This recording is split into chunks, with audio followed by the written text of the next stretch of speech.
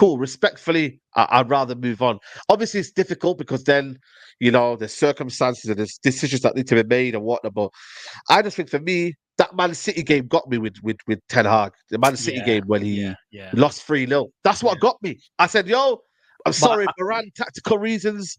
I said to Yeah. myself, Lindelöf left back, and then we got dismantled, and then he started, that was a game when I was like, yeah, you know what?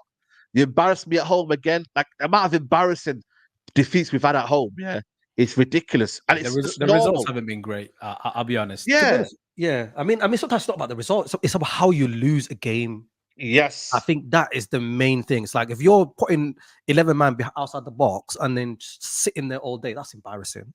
And I think that's what they did against City. That's what they did against City. Yes. So I think it's just like that. Have a go. Mm. Do you know what I mean? Yes. It might be a big score, and I mean City might won that, but Yeah. just die by the sword.